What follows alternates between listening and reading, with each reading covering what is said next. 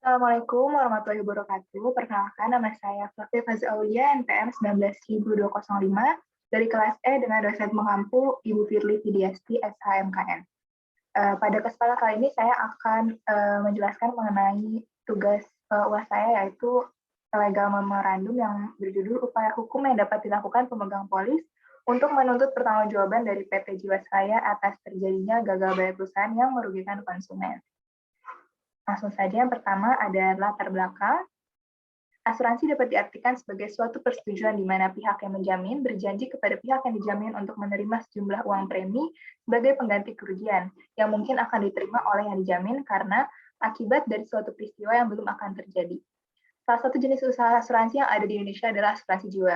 Asuransi jiwa merupakan proteksi terhadap kerugian finansial akibat hilangnya kemampuan menghasilkan pendapatan yang disebabkan oleh kematian maupun lanjut usia. Perbedaan yang esensial antara asuransi jiwa dengan asuransi lainnya ialah asuransi jiwa mempunyai fungsi perlindungan dan investasi. Perusahaan asuransi jiwa yang ada di Indonesia sangat banyak, salah satunya adalah PT Asuransi Jiwasraya Persero. Merupakan jenis perusahaan asuransi jiwa di Indonesia menawarkan produk asuransi klaim meninggal dunia di PT Asuransi Jiwasraya yang berdiri sejak tanggal 31 Desember 1859, merupakan BUMN yang mempunyai tujuan untuk mendidik tiga masyarakat, merencanakan masa depan, serta memberikan perlindungan jiwa bagi masyarakat. Namun, pada kenyataannya sering terjadi kekecewaan nasabah terhadap perusahaan asuransi Jiwasraya yang dianggap bekerja tidak profesional dalam menangani klaim. Perusahaan asuransi Jiwasraya hanya dianggap mengumbar janji-janji manis, tapi tidak dapat mewujudkannya. Pengajuan klaim oleh pemegang polis sering dipersulit oleh pihak asuransi. Pihak asuransi meminta berbagai macam persyaratan yang harus dipenuhi oleh pemegang polis. Setelah dipenuhi, pihak asuransi malah meminta persyaratan lain. Hal ini tentu saja menyulitkan para pemegang polis karena harus memenuhi persyaratan lain yang diajukan oleh pihak asuransi. Walaupun semua persyaratan yang diajukan sudah dipenuhi, pemegang polis tetap saja harus menunggu klaim yang dibayarkan. Kekecewaan lain yang sering terjadi adalah pengajuan klaim tidak bisa dilakukan dengan alasan permohonan polis asuransi yang diajukan oleh pemegang polis ditolak oleh pihak asuransi, padahal premi sudah dibayar oleh pemegang polis kepada perusahaan asuransi. Perusahaan BUMN asuransi khususnya PT Asuransi Jiwasraya Persero ini mengalami gagal bayar polis kepada nasabah terkait produk investasinya JS Saving Plan. Sebagaimana diberitakan oleh Muhammad Idris bahwa total polis telah mengalami jatuh tempo atas produk JS Saving Plan pada Oktober sampai Desember 2019, yakni sebesar 12,4 triliun. Begitupun juga yang diberitakan Soraya Novita, di mana jumlah itu semakin membengkak secara signifikan dari yang mulanya hanya sebesar 802 miliar pada Oktober 2018. Paling mengejutkan lagi, klaim nasabah yang akan jatuh tempo hingga akhir tahun 2020 mencapai 16,1 triliun rupiah. Berdasarkan data tersebut, kita dapat melihat bahwasannya telah terjadi permasalahan gagal bayar oleh PT Jiwasraya Persero yang membawa dampak signifikan khususnya terhadap nasabah atau pemegang polis pada perusahaan asuransi PT Jiwasraya Persero. Bukan hanya itu saja, ketika berbicara lebih dalam terkait permasalahan yang dihadapi oleh PT Asuransi Jiwasraya, maka masih terdapat banyak masalah lain seperti halnya kinerja pengelolaan aset yang rendah, tata kelola perusahaan yang kurang baik, dan masih banyak hal yang lainnya.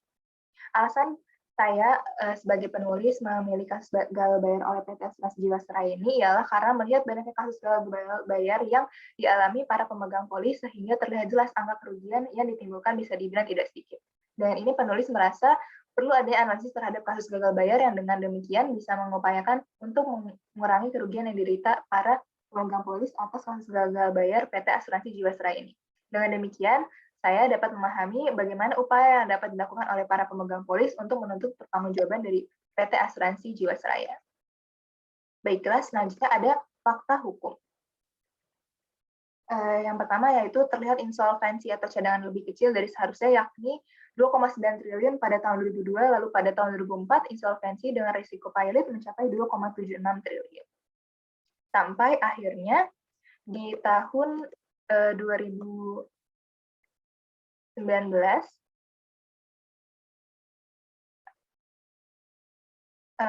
maksudnya tahun 2020, Kejaksaan Agung meminta BPK memulai audit investigasi Jiwasraya dan OJK. Klaim nasabah yang akan jatuh tempo hingga akhir tahun 2020 mencapai 16,1 triliun, indikasi kerugian negara 13,7 triliun akibat gagal bayar polis. Lalu selanjutnya itu ada tuntutan nasabah. Tuntutan nasabah ialah penghentian proses sosialisasi restrukturisasi sebelum tercapai kesepakatan dan kemufakatan mengenai opsi restrukturisasi. Lalu agar Jiwasraya mengikuti ketentuan hukum yang berlaku, mengingat Indonesia adalah negara hukum. Kemudian tuntutan nasabah lainnya ialah meminta Jiwasraya untuk menghentikan cara-cara intimidatif dalam menyampaikan opsi-opsi restrukturisasi kepada nasabah. Meminta juga Jiwasraya lebih responsif dan atentif dalam proses restrukturisasi polis. Diketahui bahwa sangat sulit untuk berkomunikasi dengan Jiwasraya, sehingga nasabah sulit menyampaikan keluhan. Selain itu, Jiwasraya diminta untuk tidak menghentikan pembayaran anuitas kepada para pensiunan, baik pensiunan yang berasal dari korporasi maupun pensiunan retail. Baik, selanjutnya ada identifikasi fakta hukum.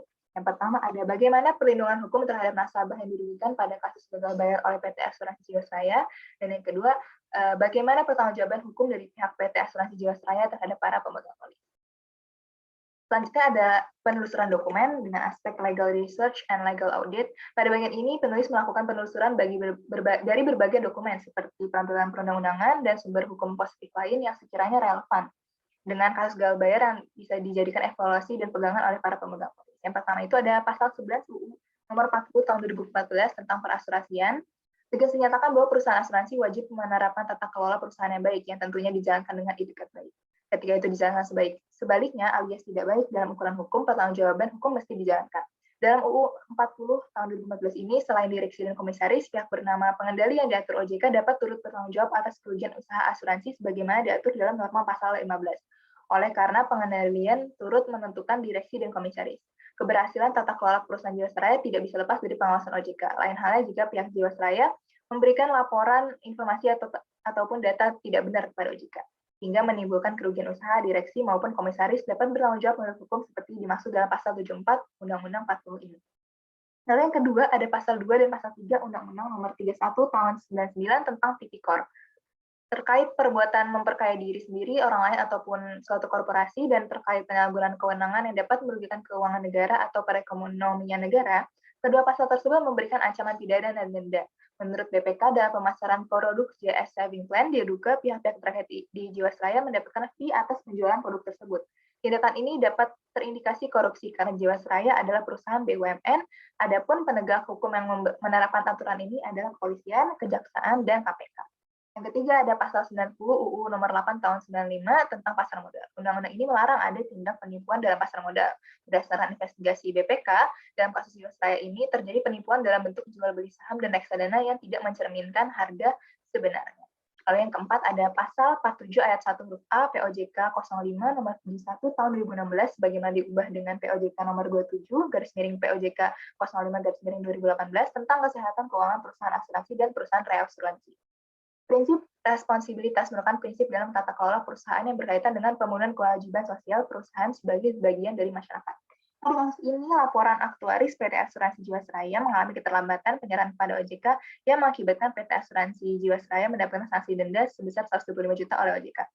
Hal ini membuktikan bahwa PT Asuransi Jiwasraya tidak dapat melaksanakan pertanggungjawaban terhadap pengurusan perusahaan dengan etikat. Lalu yang terakhir, yang kelima, ada pasal 97 ayat 5 angka 3 UU nomor 40 tahun 2007 tentang perseroan terbatas. Pelanggaran dalam prinsip transparansi menunjukkan bahwa PT Asuransi Jiwasraya tidak melakukan pengungkapan kepada pemangku kepentingan secara terbuka dan benar, khususnya pada penggunaan dana yang dikumpulkan dari produk JS Saving Plan. Lalu selanjutnya ada alat analisis. Analisis yang dilakukan oleh penulis menggunakan alat pengumpulan data studi kepustakaan atau studi dokumen dengan maksud mengumpulkan data sekunder yang memiliki keterkaitan dengan permasalahan yang sedang dikaji. Dengan menggunakan berbagai cara seperti mempelajari buku-buku, jurnal hukum, hasil-hasil penelitian, dan dokumen-dokumen peraturan perundang-undangan. Yang pertama ada KUH Perdata, yaitu pada KUH Per ini diatur mengenai hal-hal yang berkaitan dengan hubungan antar manusia atau hukum privat. Di dalam kasus gagal bayar oleh PT Asuransi Jiwasraya ini telah terjadi pelanggaran yang dilakukan oleh PT Asuransi Jiwasraya kepada para pemegang polisnya. Di dalam KUH Per, jika ada seseorang atau badan hukum yang telah mengikatkan dirinya dalam suatu perjanjian dengan orang lain atau badan hukum lainnya, dan salah satu di antara pembuat perjanjian itu tidak bisa melaksanakan prestasinya atau kewajibannya, maka orang tersebut telah melakukan tindakan lain prestasi. Hal ini pun sesuai dengan PT Asuransi Jiwasraya yang tidak bisa memenuhi prestasi pada pemegang polisnya. Oleh sebab itu, saya memilih KUH Perdata sebagai salah satu sumber dari analisis yang saya kaji. Yang kedua ada Undang-Undang Nomor 40 Tahun 2014 tentang Perasuransian. Peran industri perasuransian dalam mendorong pembangunan nasional terus meningkat dan dapat terjadi apabila industri perasuransian dapat lebih mendukung masyarakat dalam menghadapi resiko yang dihadapinya sehari-hari, juga pada saat mereka memulai dan menjalankan kegiatan usaha. Maka dari itu, undang-undang ini mengatur bahwa objek asuransi di Indonesia hanya dapat diasuransikan pada perusahaan asuransi atau perusahaan asuransi syariah di Indonesia. Lalu yang ketiga ada Undang-Undang Nomor 8 Tahun 99 tentang Perlindungan Konsumen. Undang-undang ini adalah landasan hukum yang kuat bagi pemerintah dan lembaga perlindungan konsumen masyarakat untuk melakukan upaya pemberdayaan konsumen melalui pembinaan dan pendidikan konsumen. Upaya pemberdayaan ini penting karena tidak mudah mengharapkan kesadaran pelaku usaha yang pada dasarnya prinsip ekonomi pelaku usaha adalah mendapatkan keuntungan yang semaksimal mungkin dengan modal seminimal mungkin. Prinsip yang potensial merugikan kepentingan konsumen baik secara langsung maupun tidak langsung. Maka dari itu penulis memilih undang-undang ini tentang perlindungan konsumen sebagai salah satu alat analisis karena adanya kerugian yang dalam kaitannya dengan perlindungan hukum terhadap pemegang polis dari kasus gagal bayar PT Asuransi Jiwasraya. Lalu selanjutnya ada urusan hukum yang pertama yaitu perlindungan hukum terhadap nasabah yang dirugikan pada kasus gagal bayar oleh PT Asuransi Jiwasraya. Baik, perlindungan hukum adalah pengayoman kepada hak asasi manusia pihak yang dirugikan oleh aparat penegak hukum, agar masyarakat dapat menikmati semua hak-hak yang diberikan oleh hukum demi terciptanya rasa aman, baik secara pikiran maupun fisik, dari gangguan dan ancaman dari pihak manapun. Ada 4 bentuk perlindungan secara represif yang dapat diberikan oleh aparat penegak hukum dalam kasus ini. Yang pertama, perlindungan hukum dari aspek pidana, yaitu dengan memproses secara pidana pihak-pihak yang menyebabkan terjadinya kerugian negara dalam tubuh Jiwasraya. Lalu yang kedua, perlindungan hukum dari aspek perdata, yaitu perlindungan hukum dapat dilakukan dengan dua cara, yaitu gugatan perdata biasa ataupun kepailitan. Yang ketiga, perlindungan hukum dari aspek administratif atau administrasi. Pelanggaran aturan tata kelola dalam POJK nomor 73/POJK 05/2016 membuat OJK dapat mengenakan sanksi administrasi terhadap Jiwasraya. Lalu yang keempat, aspek pertanggungjawaban etik terutama terkait pelanggaran yang dilakukan oleh pejabat dan pegawai OJK. Baiklah, selanjutnya ulasan hukum kedua mengenai pertanggungjawaban hukum dari pihak PT Asuransi Jiwasraya terhadap para pemegang polis. Dalam suatu perjanjian pasti menimbulkan tanggung jawab hukum bagi para pihak. Tanggung jawab hukum ini didasari pada perjanjian yang telah disepakati, maupun dari undang-undang yang mengatur yang mana dalam hal ini perasuransian diatur dalam Undang-Undang Nomor 40 Tahun 2014. Ketidakmampuan PT Asuransi Jiwasraya dalam memenuhi kewajibannya dapat dikatakan perbuatan melawan prestasi dan termasuk pelanggaran dari Undang-Undang Nomor 40 Tahun 2014 Pasal 31.3 yang menjelaskan bahwa perusahaan asuransi wajib menangani klaim dan keluhan melalui proses yang cepat, sederhana, mudah diakses, dan adil, juga melanggar Pasal 31 ayat 4 yang menyatakan bahwa perusahaan asuransi dilarang melakukan tindakan yang dapat memperlambat penyelesaian atau pembayaran klaim. Namun hingga legal memorandum ini dibuat, belum ada hasil sanksi apapun yang diberikan oleh OJK maupun Majelis Hakim atas gugatan melawan prestasi yang diajukan para pemegang polis, yang berarti menunjukkan bahwa tidak ada tanggung jawab apapun yang dilakukan oleh PT Asuransi Jiwasraya. Baiklah, untuk kesimpulannya, perlindungan hukum adalah pengayoman kepada hak asasi manusia pihak yang dirugikan oleh aparat penegak hukum, agar masyarakat dapat menikmati semua hak-hak yang diberikan oleh hukum demi terciptanya rasa aman, baik secara pikiran maupun fisik, dari gangguan dan ancaman dari pihak manapun. Nasabah Jiwasraya sebagai pihak dirugikan tentunya berhak mendapat perlindungan hukum. Namun, seperti yang saya jelaskan tadi sebelumnya, hingga legal memorandum ini dibuat, belum ada sanksi apapun yang diberikan oleh otoritas jasa keuangan maupun majelis hakim atas gugatan melawan prestasi yang diajukan para pemegang polis, yang berarti menunjukkan bahwa tidak ada tanggung jawab apapun yang dilakukan oleh PT Asuransi Jiwasraya. Baik, sampai di ujung, yaitu mengenai rekomendasi yang dapat diberikan atau direkomendasikan oleh saya sebagai penulis kepada pemegang polis terkait dengan kasus gagal bayar oleh PT Asuransi Jiwasraya ialah untuk kedepannya alangkah lebih baiknya untuk lebih bijak dan selektif terkait pembinaan asuransi yang akan digunakan seterusnya mengingat terjadinya kasus gagal bayar ini. Kemudian mengenai perusahaan asuransi sendiri, akan lebih bijak apabila kedepannya mengelola perusahaan dengan lebih baik lagi kendati menghindari adanya kasus gagal bayar seperti PT Asuransi Jiwasraya. Selanjutnya kepada para pemegang polis yang telah mengalami kerugian atas terjadinya kasus gagal bayar oleh PT Asuransi Jiwasraya ini bisa mengajukan permohonan pilot apabila PT Asuransi Jiwasraya tidak menepati janji dalam perjanjian asuransi. Baik,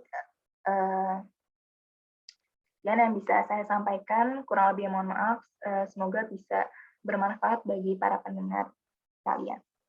Wassalamualaikum warahmatullahi wabarakatuh.